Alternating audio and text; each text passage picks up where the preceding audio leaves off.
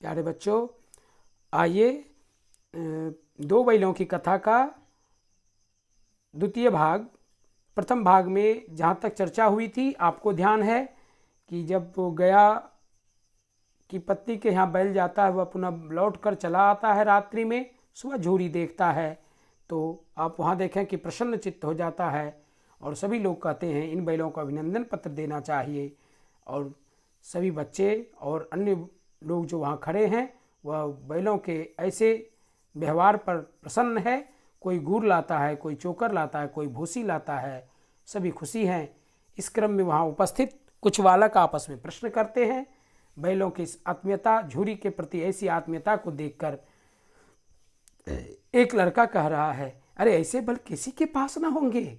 दूसरे ने समर्थन किया, अरे इतनी दूर से दोनों अकेले चले आए। तीसरा बोला, अरे बैल नहीं है, उस जन्म का आदमी है, आदमी जो झूरी से बहुत ज़्यादा दोस्ती होगी सो अभी निभा रहा है। इसका प्रतिवाद करने का किसी को साहस नहीं हुआ।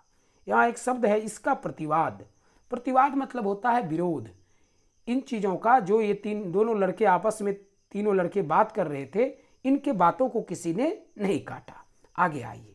झूरी की ऐसा चीज, दरवाजे पर ऐसी शोरगुल होता हुआ देख झूरी की पत्नी घर से निकली और बोली, और जैसे ही बाहर निकली देखता है कि बैल सामने खड़ा है। तुरंत बैलों के लिए एक वह नाम देती है, अरे नमक हराम कहीं का, एक दिन काम नहीं किया भाग खड़े हुए। झूरी को बुरा लगा क्योंकि उनके बैलों को नमक हराम कह दिया। उनकी पत्नी ने कहा, रे नमक हराम क्यों कहती है, अरे दाना चारा नहीं दिया होगा तेरे भाई ने, तो क्या करता भाग आया। स्त्री ने रोब से कहा, बस तुम ही तो बैलों को खिलाना जानते हो और खाते हो, मेरे यहाँ तो ऐसा कोई खिलाते पिलाते नहीं है। बड़ा चला है बैल वाला बनने। झूरी ने चिढ़ाया, चारा मिलता तो भागते क्यों।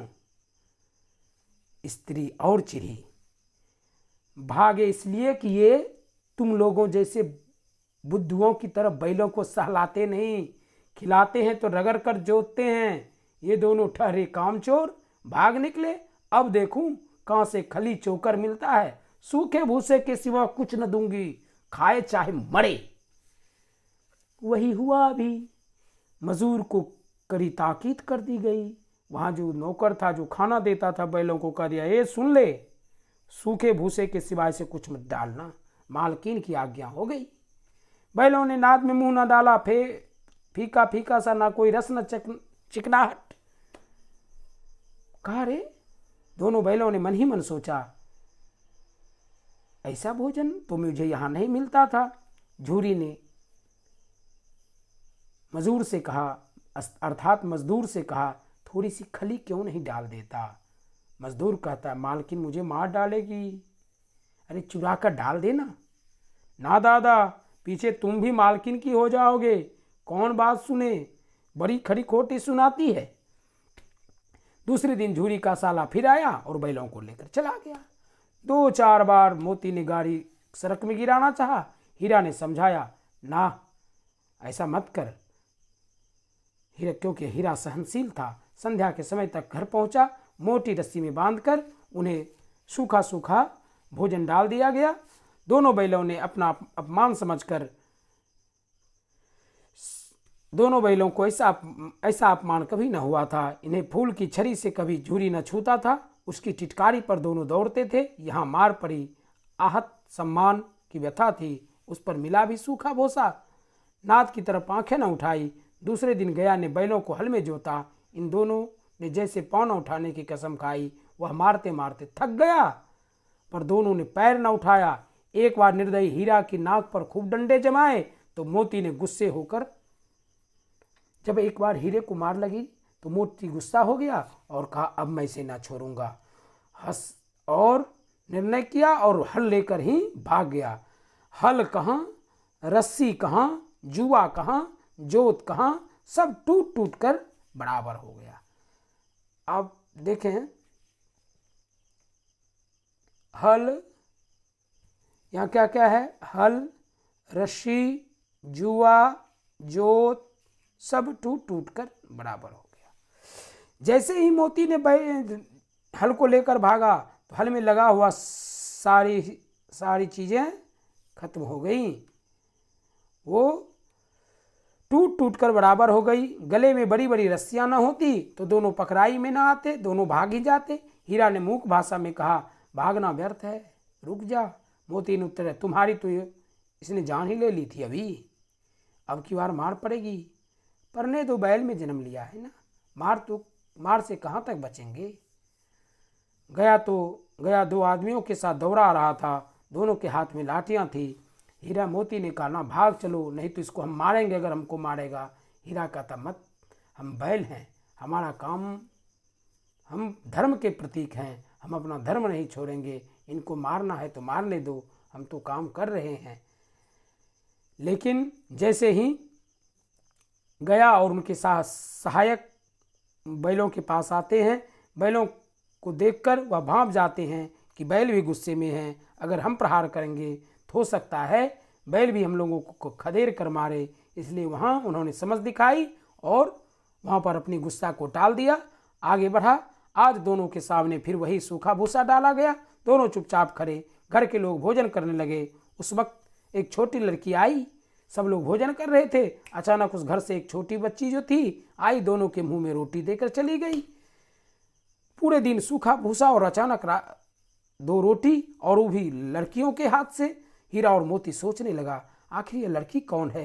पता चला कि लड़की भैरव की है, उनकी माँ मर चुकी है, सौतेली माँ से मारती है, इसलिए इन बैलों से इस प्रकार का आत्मीयता हो गया। अब क्यों आत्मीयता हो गया, देखिए आप, मैं बता दूं, ये लड़की भैरव की है और ये बैल झूरी का है। बैल से मालिक का और लड़की से माँ का। इसके सर से माँ की साया, माँ की ममता आंचल खत्म, और इसके सर से इनके मालिक, इसके प्रेमी, इसके दोस्त की साया खत्म। इसका मालिक कौन है, तो झूरी है, और इसकी तो सब कुछ माँ होती है, माँ थी। तो इस प्रकार दोनों की मनोदशा एक जैसी है, दोनों की व्यथा एक जैसी है, दोनों एक जैसे हैं। इस कारण दोनों में क्या हो रहा है, आत्मीयता लगा हो गई। और प्रत्येक रात्रि को ऐसा ही होता है, जब वह जुत कर आता है तो सूखा भूसा मिलता है, लेकिन लड़की उन्हें 2 रोटी खिला जाती है, जिससे लगता है वह प्रसाद पाकर वह सारा दुख गम भूल जाता है। रोम रोम में भरा विद्रोह, एक तरफ तो रोम रोम में गया के प्रति विद्रोह भरा हुआ है, तो दूसरी तरफ वह रोटी उसे लगता है कुछ स्फूर्ति देता है, कुछ साहस देता है। एक दिन मोती ने मूक भाषा में पुनः हीरा से कहा, क्या चाहते हो, एकाध को सिंह से उखाड़ फेंक दूं? लेकिन जानते हो, तो हीरा कहता है, ठीक है तुम फेंक दोगे, लेकिन जानते हो वह लड़की जो मुझे रोटी खिला जाती है वह इसी घर की है, और जो इस घर का मालिक है वह बेचारी तो अनाथ हो जाएगी। अगर मार दोगे भैरव को या गया को तो वह क्या है, अनाथ हो जाएगा। तो मालकिने को मार फेंके, वही न मारती है, वो जो औरत है मालकिन वही मारती है इसको। तो मालकिने को आज मारेंगे, तब तो वह लड़की को नहीं मारेगी। लेकिन पुनः यहाँ प्रेम कवि यहाँ दर्शा रहे हैं कि सिंह, लेकिन औरत जात पर सिंह चलाना मना है, यह भूल क्यों जाते हो। सिंह यहाँ शस्त्र का प्रतीक है, बैल यहाँ धर्म का प्रतीक है। धर्म कभी नहीं उपदेश देता कि स्त्रियों पर शस्त्र चलाना चाहिए, अर्थात यहाँ धर्म का प्रतीक स्वरूप बैल स्त्रियों पर बल, स्त्रियों पर सिंह चलाने से मना करता है, अर्थात प्रहार करने से मना करता है, और समाज को सीख देता है कि देखो हीरा और मोती में भी ये समझ है, जानवर होकर भी, कि स्त्रियों पर प्रहार नहीं करना चाहिए, स्त्रियों पर अत्याचार नहीं करना चाहिए। लेकिन आज का बदलता हुआ समाज यह सब कुछ भूल गया है, मतलब निकल गए, पहचानता नहीं है। काम निकल गया तो 1 आध साल हो गए, 2-4 महीने हो गए, शादी हुई, फिर जैसे कि तैसे गाड़ी चलने लगती है। यह एक बहुत ही विडंबना है आज के समाज के लिए, जहाँ कुछ भी कहीं भी ऐसा होता है, ऐसे लोगों के लिए भगवान ही उनकी भला करें। चलो, ये उपदेश इन बैलों के माध्यम से आज के जनमानस को है। कवि ने एक व्यंग्य किया है यहाँ पर कि मनुष्य जानवर होकर भी यह मनुष्य से बेहतर सोच रहा है और हम मनुष्य कैसा सोचते हैं। आगे पढ़ते हैं। तुम तो किसी तरह निकलने ही नहीं देते, बताओ तुराकर भाग चलें, रस्सी को तोड़ लें। अरे रे, इतनी रस्सी मोटी है, कैसे टूटेगी? कहा देखो सबको खाकर सोने दे, रस्सियों को चबाएंगे, थोड़ी कमजोर होगी, झटके मारेंगे, टूट जाएगा, भाग जाएंगे। कहा ये बात ठीक है। दोनों सबके जाने के बाद भोजन करने जैसे ही जाते हैं वह चबाने लगता है, लेकिन रस्सी इतनी मोटी है मुंह में नहीं आती है। और यह दृश्य वह लड़की देख लेती है। लड़की सोचती है कि दोनों बैल भागना चाह रहा है। वह आकर चुपके से गरौ खोलती है और कहता देख भाग जा, नहीं तो बड़ी मार पड़ेगी। आज घर में सभी लोग बात कर रहे थे कि तुम लोग थोड़ा बदमाशी कर रहे हो, तुम्हारी नाकों में छिद्र करके मूंज की रस्सी या अन्य कोमल रस्सियों की एक नाथ डाल दी जाएगी, जो तुम्हारे लिए बड़ा दुखदाई होगा, इसलिए तू भाग जा। हीरा कहता है अरे भाग जाओगे तो इस अनाथ पर क्या आफत आएगी, इसे तो और लोग मारेगा। जैसे ही लड़की ने यह एक मर्म समझा, सोची कि अब हीरा इतना समझदार है, यह भागेगा नहीं। वह जोर से हल्ला करने लगी, अरे रे रे रे, दोनों फूफा वाले बैल भागे जा रहे हैं, अरे ओ दादा पकड़ो, दोनों बैल भागे रस्सी खोल के। सभी लोग घर से बाहर आए। गया हड़बड़ाकर भीतर से निकला, दोनों बैल को पकड़ने चला, दोनों भागे। गया ने पीछा किया और तेज गया। गया ने शोर मचाया। फिर गांव के कुछ लोग आदमियों को लेकर साथ लेने लौटा। दोनों मित्र को भागने का मौका मिल गया, सीधे दौड़ते चले गए, यहाँ तक कि मार्ग का ज्ञान न था, जिधर चाहा भागता। अगर कहीं कोई खेल हो रहा है तो रास्ता अपरिचित, जब भागना होता है तो ऊंच नीच और सही रास्ते की कोई ज़रूरत नहीं होती है, बस भागना है तो भाग जाना है। तो हीरा और मोती बिना मार्ग देखे भाग सर पर दौड़ा और दौड़ते दौड़ते नए नए गांव मिलने लगे। दोनों को पार करते एक खेत का किनारा आया। वहाँ दोनों सोचने लगते हैं। हीरा ने कहा मालूम होता है राह भूल गए, तुम भी बेतहासे भागे न जी। मोती कहता है, हीरा ने कहा मालूम होता है रास्ते भूल गए। मोती कहता है तुम भी बड़ा बेतहासे खूब दौड़ा से हीरा, तुम भी ना। वह अपना धर्म छोड़ दे, उसे मार गिराते। काहे भागे, आता ना तो मार ही गिराते। कहा देखो उसका धर्म है जो वो करता और हमारा धर्म जो है हम करते, हम बैल हैं, हम प्रहार क्यों करें? हमने अपना धर्म निभाया, हमने जो काम किया, उन्होंने अपना धर्म ना निभाया, मुझे सूखा भूसा दिया, अब हम अपना भाग चले तो भाग चले। चलो हम अपने धर्म को हमें नहीं छोड़ना चाहिए। छात्र का धर्म है स्वाध्याय करना। बैल ने यहाँ सिखाया कि किसी भी कीमत पर, किसी भी समस्या के समय, विपत्ति के समय भी मनुष्य को धर्म को नहीं छोड़ना चाहिए। एक संस्कृत में पंक्तियां हैं, मैं उससे आपको अवगत करा दूं। धर्मो रक्षति रक्षतः, जो धर्म की रक्षा करता है धर्म उसकी रक्षा करता है। अतः जो भी जिस धर्म को मानते हैं, चाहे वह हिंदू धर्म को माने, इस्लाम धर्म को माने, ईसाई धर्म को माने या अन्य धर्म को माने या अन्य संप्रदाय को माने, उस धर्म को वह उन्हें नहीं छोड़ना चाहिए। इस प्रकार उछलते कूदते दोनों आगे बढ़ता है और मोती ने हीरा को फिर दोनों थोड़ा सा अटखेली और दोनों को थोड़ा सा भूख लगी। दोनों ने मटर खेत में खड़ी थी, चल रहे थे। जब पेट भर गया दोनों ने आज़ादी का अनुभव किया कि थोड़ा सा राहत हुआ। दोनों ने एक दूसरे पर बल लगाया अटखेलियाँ करने के क्रम में। एक ने सिंग में सिंग मिलाए, दूसरे ठेलने लगा। हीरा को कई कदम पीछे किया और हीरा भी क्रोध में आया, मोती को पीछे किया। फिर लगा झगड़ा हो जाएगा तो मोती ने देखा खेल खेल में झगड़ा चाहता है। यहाँ पर मोती ने पहली बार एक सतर्कता दिखाई कि मित्रता में कहीं खटास ना आ जाए। तो मोती ने थोड़ा सा अपने आप को बगल किया। अरे यह क्या, कोई सांड डौकता आ रहा है। डौकता मतलब आवाज़ देता आ रहा है। देखा सांड विशाल का है, बहुत बलवान है। कहा भाग चलो, कहा भागोगे तो दौड़ कर मारेगा, अब एक ही उपाय है। हीरा ने समझाया दोनों मिलकर अगर मारेंगे तो इस समस्या से हम मुक्ति पा लेंगे। और ऐसा ही हुआ, दोनों मिल गए।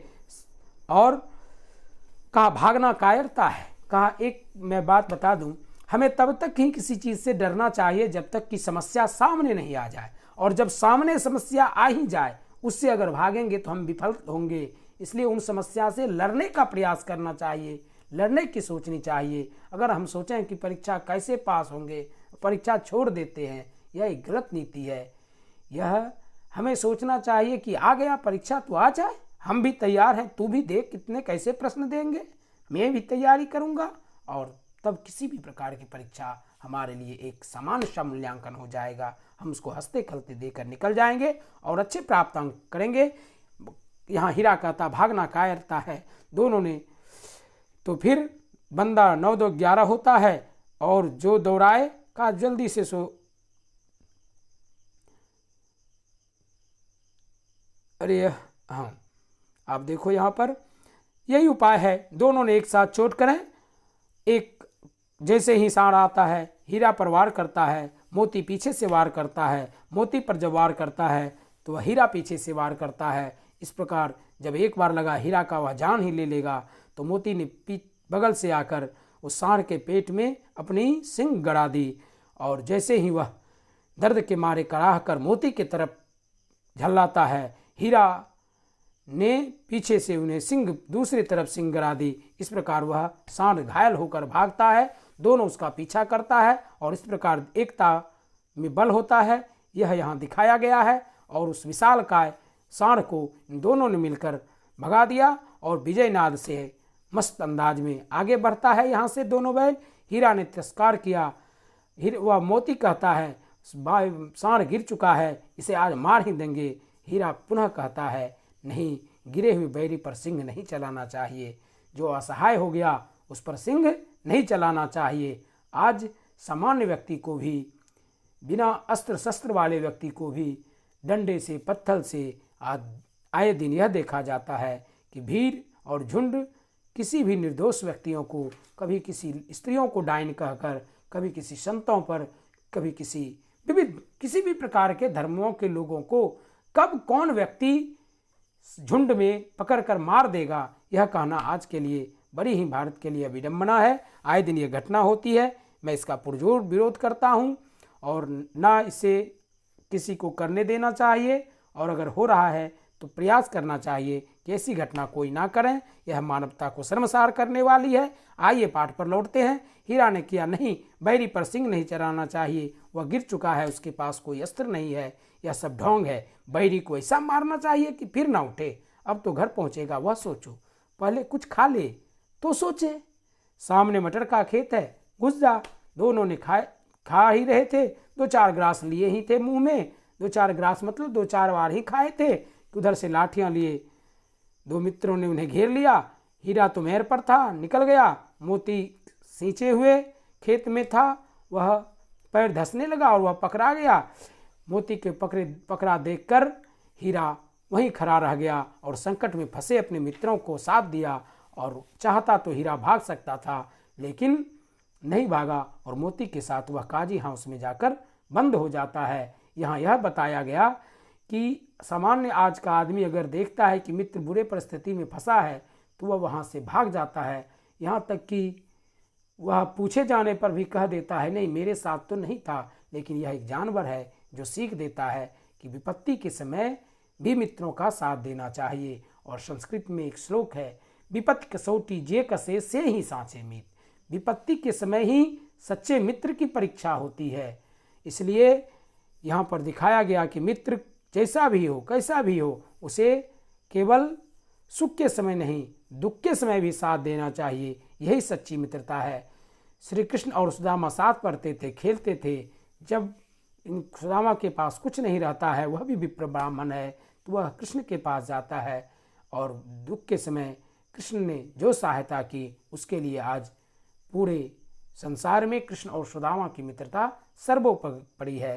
प्रातःकाल दोनों ने मित्रता निभाई और दोनों पकड़े गए। प्रातःकाल उन दोनों ने दोनों को पकड़कर उन दोनों मित्रों ने उन्हें काजी हाउस में बंद कर दिया। काजी हाउस वह स्थान सरकारी आवास होता है जहाँ पर आवारा पशुओं को या अन्य अन्य पशुओं को जो उस क्षेत्र का नहीं है, जिनकी पहचान नहीं होती है, उन पशुओं को वहाँ जमा कर दिया जाता है और जिनका पशु होता है उनसे हर्जाना के रूप में राशि वसूली जाती है और जिनका फसल चरा गया उसको हर्जाना स्वरूप कुछ मिलता है और काजी हाउस में भी टैक्स के रूप में कुछ रहता है। इस प्रकार यह दोनों बैल यहाँ पर बंद हो जाते हैं।